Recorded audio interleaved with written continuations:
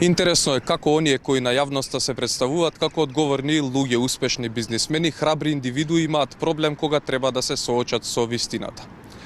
Тажната слика за македонската бизнис сцена е следнава. Кукавици кои глумат успешни бизнисмени само тогаш кога пред нив се представува алтернативна реалност, платена, а изработена и смислена од пиар агенциите кои ги ангажираат. Денес за ова имаме и доказ. Така наречената бизнис елита која живее во својот алтернативен свет, каде што тие се најсилни, најпаметни и најхрабри, крахираше пред камерата на Инфомакс.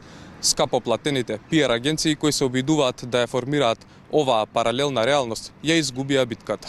Денес Титанусија забрани влез за Инфомакс на настан кој самите тие го организира и самите ни испратија покана да го следиме. Но храброста траеше до тука. Образложението, иако може би звучи смешно, е сериозно прекршување на основните човекови права загарантирани со законот и уставот на земјава. Меѓу останатото, никој во оваа држава не смее да го ускрати правото на работа на ниту еден граѓанин поради неговото политичко или друго убедување. Во случајот, мојот граѓански активизам, кој никако не смее да бидеускратување на моето право на работа како новинар кој работи за редакцијата на Инфомакс. А прашањата требаше да бидат очекувани и актуелни, поврзани со правото на чист воздух и здрава животна средина. Исто така загарантирани со уставот, кој пак најсериозно можат да бидат нарушени токму од цементарница Титанусија.